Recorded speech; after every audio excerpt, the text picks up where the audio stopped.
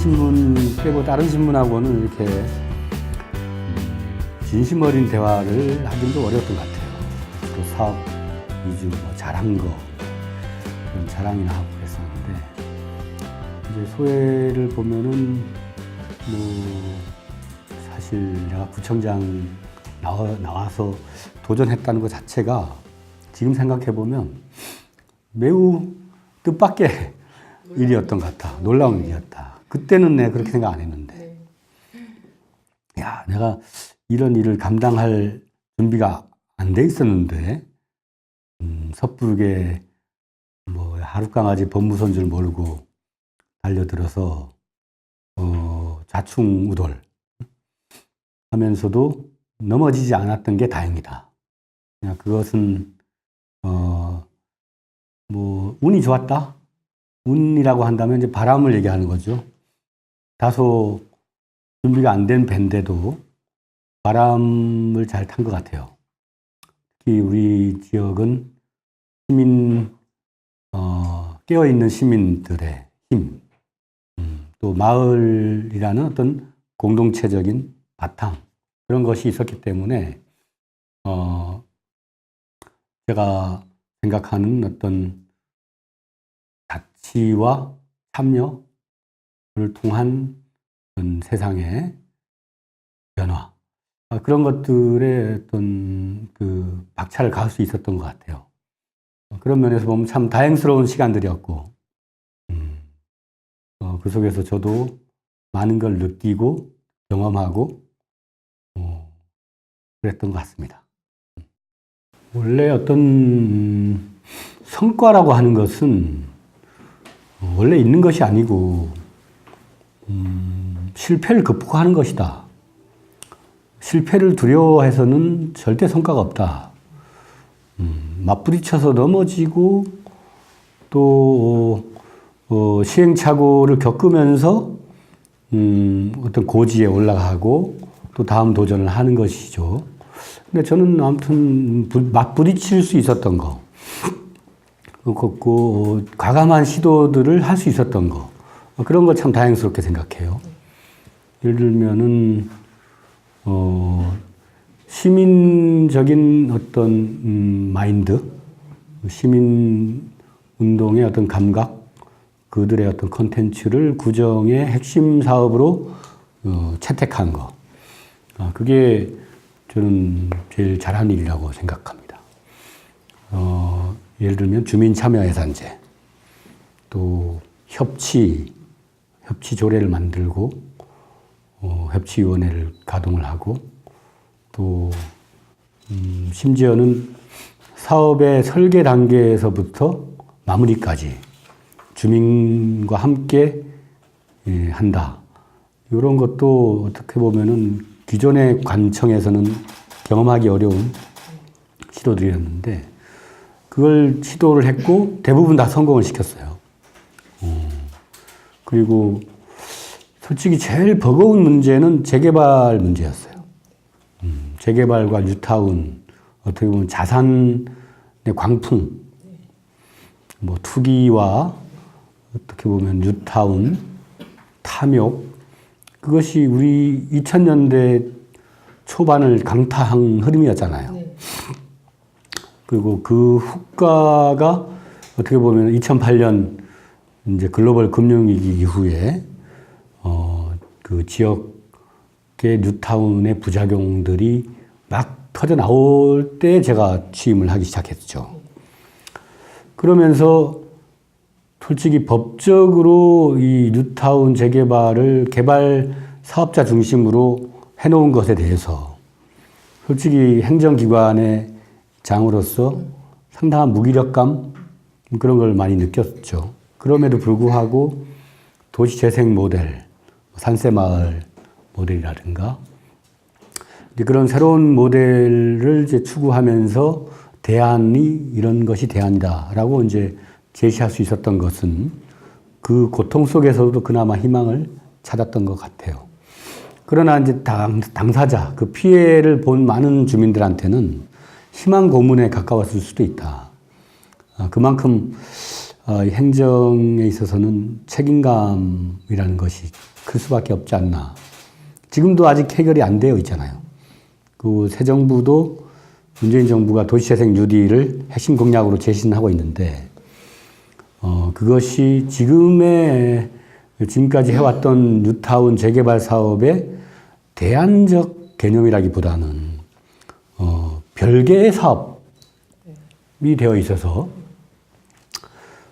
여전히 어떤 작은 지방정부의 장으로서 넘기 어려운 벽 같은 걸 느낄 때, 그럴 때 참 안타까움 같은 걸 느꼈어요. 뭐 그런 거는 비단 한두 가지가 아니죠. 일자리 문제, 또 사회복지의 측면의 문제, 뭐 제반 도시 개발의 문제, 이런 문제에 있어서는 항상 기존의 패러다임, 개발 지상주의나 기득권의 재확산, 그런 구조와 그것을 극복하려고 하는 새로운 시도 간에 보이지 않는 엄청난 싸움, 문화적인 싸움이라고 해야죠. 문명의 충돌이라고 해야 되나. 그런 것들 속에 우리가 있는 것이고, 그러나 하루아침에 세상을 변화시킨다는 것은 신기루에 가까운 환상이잖아요. 우리는 한 발 한 발 벽돌 쌓듯이 쌓아야 되고, 또 때로는 광풍에 또 무너지기도 하고, 그런 건데, 저는 민선 5기 6기에 걸어왔던 길이 뚜벅뚜벅 무너지지 않도록 잘 쌓아왔던 것 같습니다. 지금 이제 생명안전권 얘기가 세월호 이후에 우리 사회 그동안 뭐 개발지상주의, 속도전, 인명경시 이런 것에 대한 그 어떤 경종을 울리면서 생명 안전이 우리 사회를 운영하는 가장 핵심 원리가 돼야 된다. 이제 그런 데 대한 공감대가 많이 형성되어 있죠. 그래서 이제 개헌을 할 때도 그런 안전권에 대한, 그 기본권으로서의 안전권에 대한 이야기들도 나오고 하는데, 저는 지금 화재 TF를 이제 청와대 대통령 지시로 구성을 하게 됐는데, 거기에 기초단체장의 대표격으로 참여하고 있어요. 또 우리 군은 재난안전과 관련해서 여러 가지 새로운 시도를 해왔고, 좋은 평가를 또 받고 있어요. 그렇지만은 이 안전의 측면에서는 장담하기 어려운 요소예요. 얼마 전에도 미성 아파트에 화재로 아까운 세 분의 목숨을 잃었는데, 저는 이 안전과 관련해서는 행정에 있어서의 첫 번째도 두 번째도 세 번째도 안전이 가장 중요하다. 그 안전이라는 걸 어떻게 하면은 우리의 일상생활 속에 녹아 들어가게 할 것인가. 그런 고민을 어떻게 보면 민선 5기, 6기를 거치면서 계속 해왔고, 그 연장선상에서 지금도 현재 고민하고 있어요. 그래서 결론은 뭐냐. 지금 우리 사회는 복잡에 가까운 사회고, 불확실한 사회고, 또 여러 가지 중층적인 모순들이 집합되어 있어서 고위험 사회라고 아니할 수 없는 그런 상황이었기 때문에, 이 위험 사회에서 우리 시민들의 안전을 도모하려면 행정과 시민사회와 마을과 관청과 공기업이나 연구기관 모든 그 역량들이, 뭐 예를 들면 기술을 가진 집단은 기술로, 또 거버넌스라는 어떤 집단적인 의사결정 구조라는 틀로, 또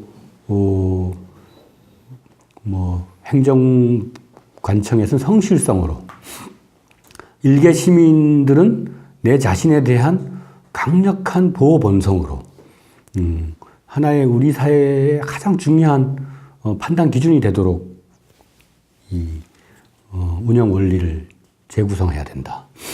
그렇게 생각하고 있고, 그런 차원에서 접근하면서 차분히 마무리를 짓고 싶어요. 네.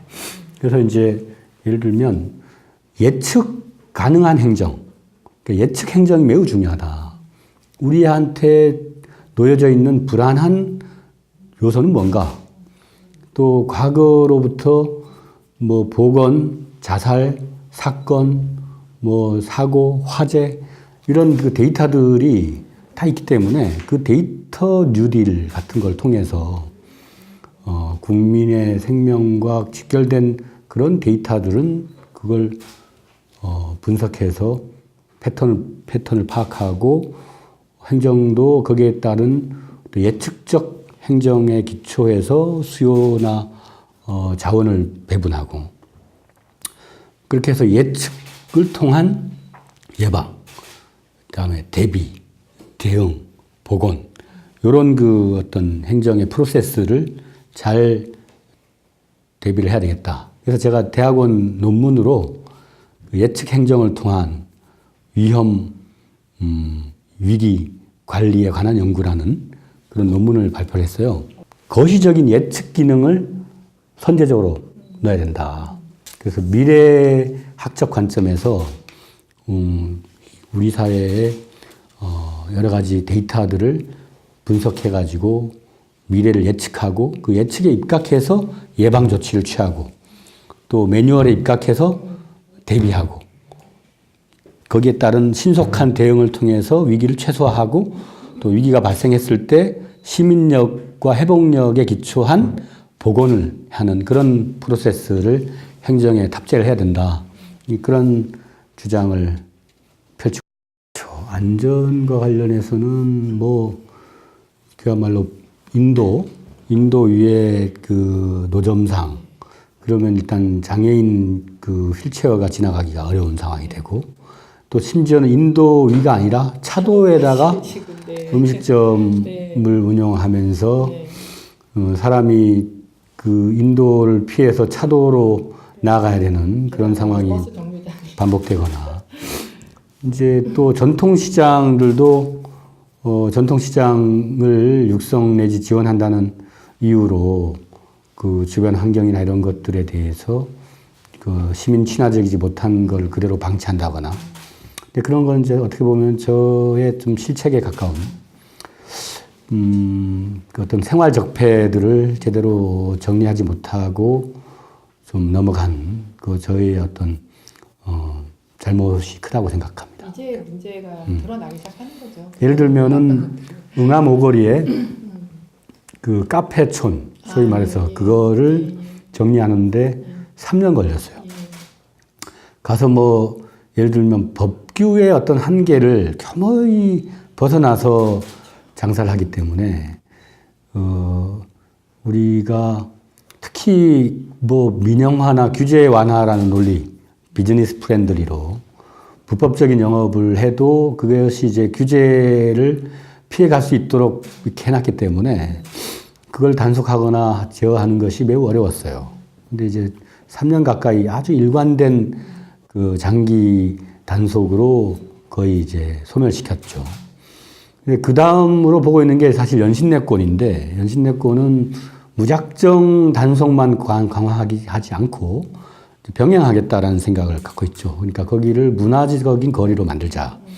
그래서 인디 밴드 뭐 공연장이라든가 뭐 인디 거리 이런 것을 이제 나름대로 컨텐츠로 수용을 하고 그러면서 상인들 사이에서의 자발적인 어떤 정화 그런 것들을 유도하면서 이제 우리 그 경관과 도시 경관과에게 제가 지침을 줬어요.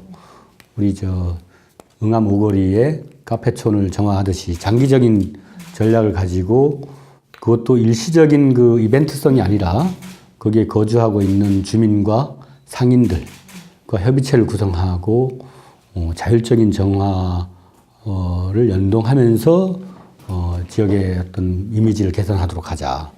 그래서 지금 당장 이제 그런 답답함이 있는 건 사실이지만은 결코 이렇게 완전히 놓고 있는 건 아니다. 이렇게 변명 아닌 변명을 드리겠고, 네, 일단 민선 7기의 그 과제들 중에 아마 그 연신내권이나 어떤 그 지하철 역세권 주변의 환경 정비 이런 것들을 어떻게 해나갈 것인가에 대한 주요한 내용들이 검토되지 않을까.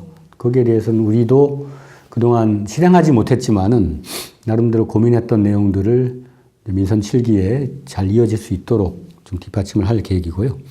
그 다음에 이제 아까 얘기한 미세먼지 같은 거. 미세먼지는 솔직히, 그 인식이, 중국 탓이다. 솔직히 이제 주로는 황사철, 3, 4월 달 되면 일어났기 때문에, 이제 중국 탓인데 중국 놈들한테 뭐라고 할 일을 왜 엄한 사람들한테 뭐라 그러느냐, 이렇게 생각을 한 면이 있었어요, 저도.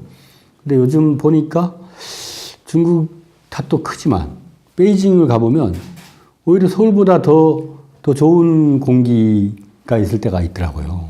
중국도 대단히 그 환경 규제라든가 이런 것들 강화하고 있어요. 우리도 자동차 중에는 노후화된 경유차라든가 이런 것들에 대한 규제도 좀 더 강화해야 되지 않을까. 근데 그런 것들이 대부분 서민들의 어떤 생계수단이고 하니까 그런 걸 또 방치했다면은 그러면 보조금 정책을 적극 활용하는 것도 방법일 수 있겠다. 그리고 이제 서울시는 미세먼지 경보가 있으면은 대중교통을 무료로 한다거나 이런 적극적 조치를 취하면서 그런 어떤 생활의 어떤 패턴을 바꾸는 습관을 바꾸는 행정이 시간이 조금 소요가 돼요. 실제 습관의 전환으로 이어지기까지는.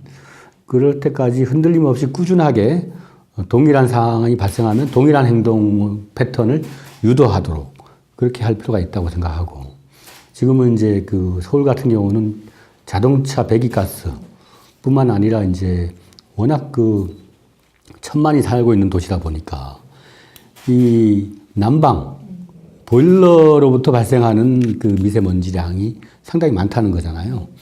이런 거는 우리가 이제 도시재생을 할 때 그 도시재생의 한 측면으로 신재생 에너지 또 열 효율이나 이런 것들을 좀 새롭게 제고할 수 있는 그러한 그 에너지 효율화 사업을 도시재생 사업의 기본 기능으로 탑재를 해서 중기적인 계획을 세워가지고 우리의 생활로부터 빚어지는 미세먼지는 최소화시킬 수 있도록 그렇게 방향을 잡아야 되지 않을까 생각하고 있죠.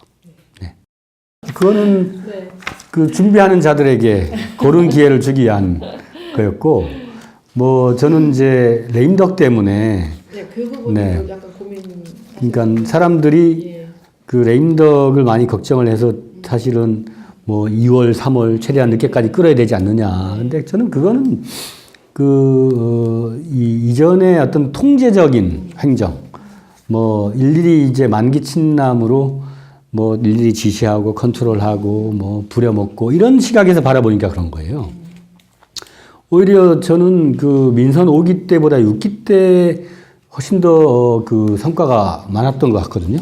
민선 5기 때는 제가 리딩을 했어요. 새로운 주로 정책 공약들이 많았고, 그 협치도 이제 뜻대로 잘 안 되는 부분도 있었고 해서 막 끌고 나갔죠. 그러면서 이제 공직사회라고 하는 것이 조금 문화적인 거리감이 있었어요. 근데 민선 6기 때부터는, 어느 정도 시간이 축적되면서, 우리 공무원들도, 구청장이나 시민사회가 요구하는 구정의 목표와 방향이 뭐라는 걸 이제 경험적으로 알게 되고 하면서부터 아주 그 디테일한 지시나 이런 것보다는, 과에서 알아서 또 계획대로 차분히 진행되고 자율적으로 진행될 수 있도록 그 분위기를 만들어주고, 때로는 좀 사기 진작이나 힘을 뒷받침해 주거나 혹은 어려움이 있을 때 버팀목 역할만 하면 어떨까. 그게 다 전적으로 되는지는 모르겠습니다만은 그런 어떤 자율성에 기초한 그런 공직 문화, 그런 것들이 훨씬 더 생산적이다라는 판단을 했고, 그렇기 때문에 제가 내 나름의 비전과 향후의 진로가 어떻다는 걸 미리 그 공개를 하는 것이 훨씬 더 예측 가능하기 때문에 그렇게 했고, 그 공직에 대해서는. 그 다음에 이제 구청장을 희망하는 사람들이 있을 텐데, 내가 예를 들어서 트릭을 구사를 하면은 어떤 사람은 제가 의도를 가지고 그런 게 아닌가 이렇게 오해할 수도 있을 것 같아서 적극적으로 공개를 하게 됐죠. 네. 40대의 8년의 시간을 은평구 행정 경험을 쌓고 또 많은 주민들과 만나고 좋은 사람들을 찾고 한 것이 엄청난 소득이었기 때문에 그런 소득을 잘 좀 더 정리하고 그 네트워크를 재조직한다 그럴까요? 이제 그런 게 필요한 것 같아요. 그리고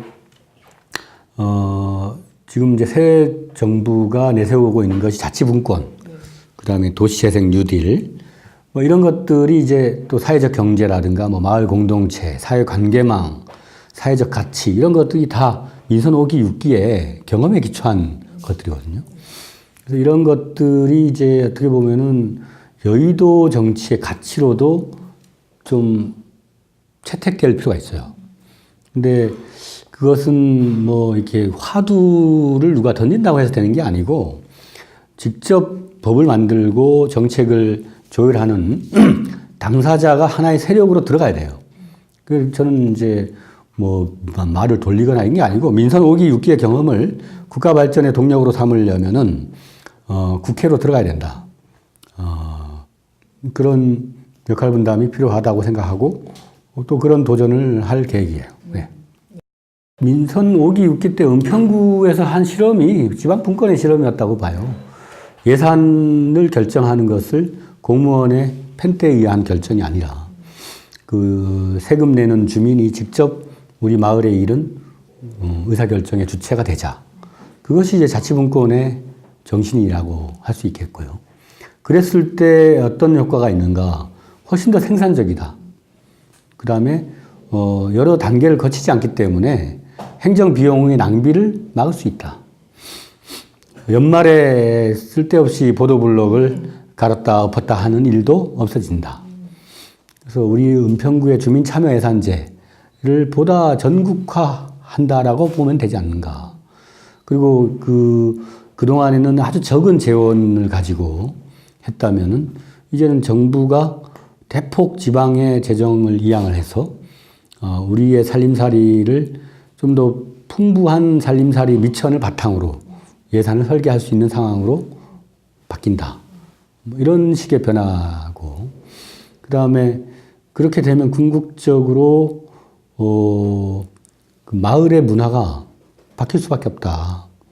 그리고 동장도 지금처럼 3만 5만 단위에서 10,000명 단위로 좀 더 줄여야 되고, 그 동장은 주민의 선출로 그 동장이 주민의 대표가 되는 것이 맞겠고, 선출된 동장이 향후에는 구의원을 겸임하는 그런 그 방향으로 가야 된다. 제가 겪은 바로는. 근데 이것이 이제 자치분권 개헌이 이루어져서 지방자치단체가 아니라 지방정부라는 규정이 분명해지고 자치입법권, 자치재정권, 자치조직권 이런 것들이 만들어졌을 때 거기에 따른 어떤 후속 조치로서 어떤 그 지방 의회의 어떤 그 구조나 제도도 변경될 방향으로 가야 되지 않겠나 그렇게 보고 있죠. 그리고 공무원들도 지금은 어공이니 뭐 늘공이니 하면서 약간 이제 그 물과 기름 어쩌고 하는데 어떤 안전 문제라든가 행정에 있어서의 어떤 중요한 책임성과 관련된 그런 요소는 행정직 공무원이 잘 맡아서 운영을 하되 마을 공동체라든가 도시재생이라든가 직접민주주의라든가 문화라든가 뭐 이런 주민들 속에서 나와야 하는 요소들, 소셜 디자이너와 같은 그런 마을 활동가적 공무원들은 지금과 같은 공무원 채용 방식이 아니라 마을 주민들 속에서 공무원이 나오는 그런 시대로 전환되는 때가 가까워지고 있지 않나 저는 그렇게 보고 있어요.